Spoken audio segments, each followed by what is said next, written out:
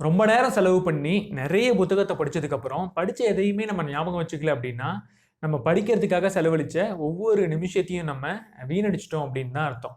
என்ட்ட நெறைய பேர் நீங்க எத்தன புத்தகம் படிச்சிருக்கீங்க அப்படின்னு அடிக்கடி கேட்குறாங்க. ஆனா யாருமே இதுவரைக்கும் நீங்க ஒரு புத்தகத்த எத்தன தடவ படிப்பீங்கன்னு கேட்டதே கிடையாது.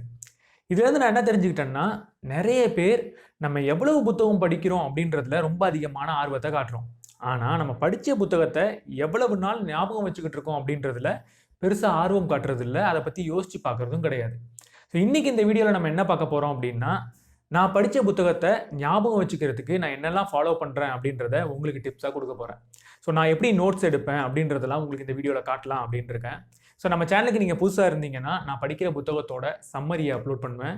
நான் படிச்சதிலேயே எனக்கு ரொம்ப புடிச்ச விஷயத்த உங்க கூட ஷேர் பண்ணிப்பேன். நான் படிச்சதிலேயே ரொம்ப நல்ல புத்தகத்த உங்களுக்கு ரெக்கமெண்ட் பண்ணவும் செய்வேன். இதெல்லாம் உங்களுக்கு இன்ட்ரஸ்டிங்கா இருக்கும் அப்படின்னா, நம்ம சேனலுக்கு சப்ஸ்கிரைப் பண்ணிட்டு பெல் பட்டன பிரஸ் பண்ணிக்கோங்க.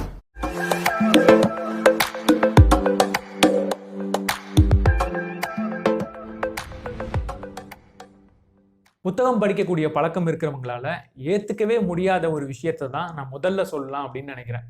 ஒரு புத்தகத்த நீங்க ரொம்ப ஆழமா புரிஞ்சுக்கணும், ரொம்ப நல்லா படிக்கணும் அப்படின்னு நினைச்சீங்கன்னா, ஒரு நாளைக்கு ஒரு சாப்டருக்கு மேல அந்த புத்தகத்த படிக்கவே படிக்காதீங்க. ஒருவேளை நீங்க புத்தகம் படிக்கிற பழக்கத்த ஆல்ரெடி டெவலப் பண்ணிக்கிட்டு இருக்கிற ஒரு ஆளா இருந்தீங்கன்னா, இத ஏத்துக்கவே மாட்டீங்க. எதனால ஒரே நாளைக்கு ஒரே ஒரு சாப்டரோட நான் நிறுத்தணும் அப்படின்னு என் மேல கோவப்படுவீங்க. ஸோ இத நான் மட்டும் சொல்லல. டேல் கார்னெகி அவருடைய ஒவ்வொரு புத்தகத்திலயுமே சொல்லியிருப்பாரு. இந்த புத்தகத்த உடனடியா முடிக்கணும்னு ஆசைப்படாதீங்க. ஒரு நாளைக்கு ஒரு சாப்டர் படிச்சா போதும்.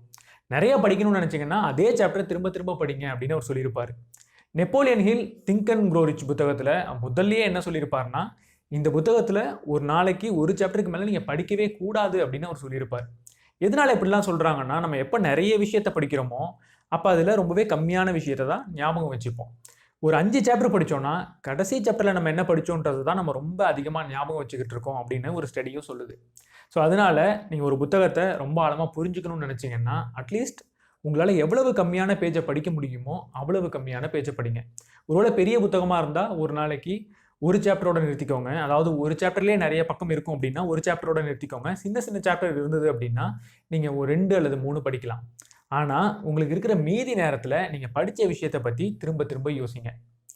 2வது எப்பவுமே நம்ம இன்னும் எத்தன புத்தகம் படிக்கணுன்ற கவுண்ட்ட ஞாபகம் வச்சுக்கிட்டே இருக்காதீங்க. பொதுவா நம்ம எல்லாருக்குமே இந்த வருஷத்துல இத்தன புத்தகம் படிக்கணும் அப்படின்ற டார்கெட் இருக்கும். ஸோ அந்த டார்கெட்ட யோசிச்சுக்கிட்டே இருந்தோம் அப்படின்னா, நம்ம படிக்கிற புத்தகத்த சீக்கிரம் முடிக்கணும் அப்படின்னு நெனைப்போம். எப்ப நம்ம இந்த புத்தகத்த சீக்கிரம் முடிச்சாகணும்னு நெனைக்கிறோமோ, அப்பவே அந்த புத்தகத்த பத்தி நம்ம யோசிக்காம விட்டுருவோம். நம்ம நார்மலான டைம்ல ஒரு புத்தகத்த படிச்சோம்னா, கண்டிப்பா 1 பக்கம் இல்ல 2 பக்கம் படிச்சதுக்கப்புறம், நடுவுல அந்த புத்தகத்த அப்படியே ஓரமா வச்சுட்டு, நம்ம படிச்ச விஷயத்த பத்தி ஏதோ ஒரு கற்பனையில நம்ம ஈடுபடுவோம். ஆனா, அந்த புத்தகத்த முடிச்சே ஆகணுன்ற ஒரு உந்துதல்ல நம்ம இருந்தோம் அப்படின்னா, அந்த புத்தகத்த எப்படா முடிக்கலான்னு யோசிக்கிறதுக்கு நேரமே எடுத்துக்காம, அந்த புத்தகத்த தொடர்ந்து படிச்சுக்கிட்டே இருப்போம். எப்போ ஒரு புத்தகத்த படிக்கிறப்போ, அத பத்தி நம்ம யோசிக்காம இருக்கிறோமோ, அப்ப நம்ம அந்த புத்தகத்த படிக்காம இருக்கிறதே பெட்டர். ஸோ எப்பவுமே இன்னும் நான் இத்தன புத்தகத்த முடிச்சாகணுன்ற கவுண்ட்ட உங்களுக்கு நீங்களே ஞாபகப்படுத்திக்கிட்டே இருக்காதீங்க. அடுத்தது எல்லாருமே சொல்ற ஒரு விஷயம் தான், புத்தகம் படிக்கிறப்போ நோட்ஸ் எடுத்து பழகுங்க. புத்தகம் படிக்கிறப்போ நீங்க படிக்கிற விஷயத்தெல்லாம் ஒரு நோட்லயோ, ஒரு பேப்பர்லயோ தொடர்ந்து எழுதிக்கிட்டே இருங்க. நான் ஆரம்ப காலத்துல புத்தகம் படிக்கிறப்போ ஒரு சாப்டர படிச்சு முடிச்ச உடனே, அந்த ஒரு சாப்டர சம்மரியா எழுதுவேன். ஸோ இப்போ நேரம் இல்ல அப்படின்றதுனால ஒரு முழு புத்தகத்தையும் நான் படிச்சுட்டு, அத ஒரு 5, 6 பக்கத்துல சம்மரியா எழுதுவேன்.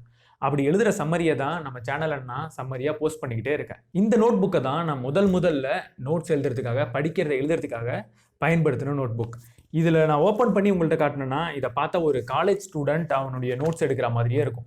இதுல நான் முதல்ல எழுதியிருக்கிறது 22/12 அதாவது டிசம்பர் 22ஆம் தேதி 2015ல தி மில்லியனர் ஃபாஸ்ட் லேன் அப்படின்ற புத்தகத்த படிக்கிறப்போ எழுதின நோட்ஸ்.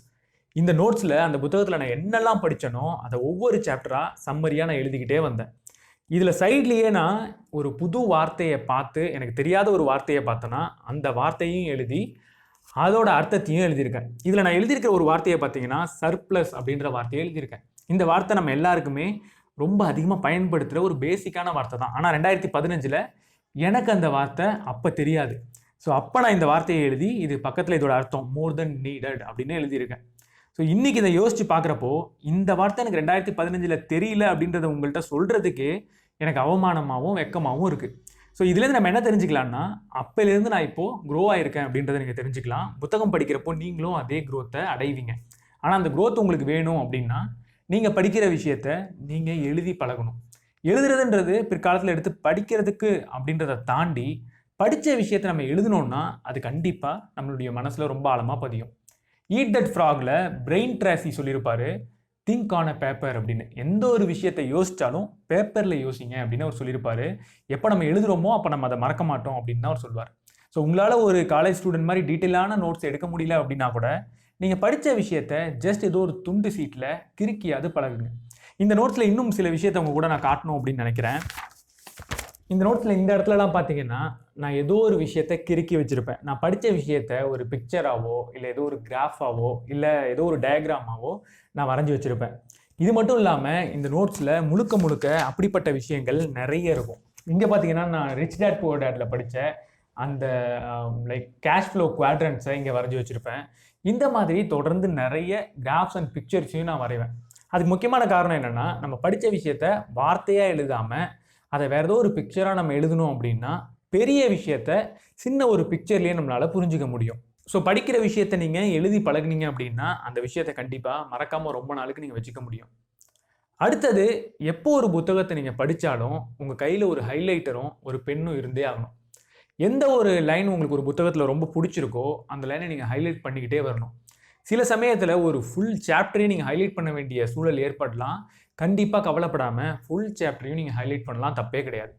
அதே மாதிரி ஒரு சில வரிகளை படிக்கிறப்போ நமக்கு ஏதோ ஒரு விஷயம் தோணும். அப்படி தோன்ற விஷயத்தையும் அதுக்கு பக்கத்துலேயே நீங்கள் எழுதணும். பொதுவாக புத்தகம் படிக்கிறவங்கள்ட்ட இதை சொன்னாலும் ரொம்ப கோவப்படுவாங்க. புத்தகத்தில் கிறுக்கக்கூடாது அப்படின்னு அவங்க சொல்லுவாங்க. ஆனால் நான் ஒருவேளை ஒரு புத்தகமாக இருந்தேன் அப்படின்னா, என்னை நீங்கள் பத்திரமா ஒரு ஷெல்ஃபில் வைக்கிறத விட என்னை முழுமையாக பயன்படுத்திக்கிட்டிங்கன்னா கண்டிப்பாக நான் சந்தோஷப்படுவேன். ஸோ ஒரு புத்தகத்தை முழுமையாக பயன்படுத்திக்கிறதுக்கான வழி அதில் இருக்கிற விஷயத்தெல்லாம் ஹைலைட் பண்ணுறதும் நம்மளுடைய ஐடியாவை அதில் எழுதுறதும் தான். ஏன்னா ஒரு புத்தகத்தை படிக்கிறப்போ உங்களுக்கு என்ன தோணுதுன்றதை அதில் நீங்கள் எழுதிட்டீங்கன்னா, கொஞ்ச நாள் கழித்து திரும்ப அந்த புத்தகத்தை ஓப்பன் பண்ணி பார்க்குறப்போ நீங்கள் எப்படி இதுக்கு முன்னாடி யோசிச்சிங்க அப்படின்றத நீங்கள் தெரிஞ்சுக்க முடியும். இப்போ நீங்கள் அதே மாதிரி யோசிக்கிறீங்களா அப்படின்றத நீங்கள் கம்பேர் பண்ணி பார்க்க முடியும். உங்களுடைய க்ரோத்தை நீங்கள் விசிபிளாக பார்க்க முடியும். ஸோ புத்தகத்தில் ஹைலைட் பண்ணுறதுன்றது ரொம்ப முக்கியம், எழுதுறது அப்படின்றதும் ரொம்ப முக்கியம். அடுத்து, புத்தகத்தில் என்னெல்லாம் படிக்கிறீங்களோ அதை அடுத்தவங்க கூட பேசி பழகுங்க. ஒவ்வொரு நாளும் நீங்கள் படிக்கிற விஷயத்த உங்கள் ஃப்ரெண்ட்ஸ் கூடவோ இல்லை உங்கள் ஃபேமிலி கூடவோ நீங்கள் தொடர்ந்து பேசிக்கிட்டே இருக்கணும்.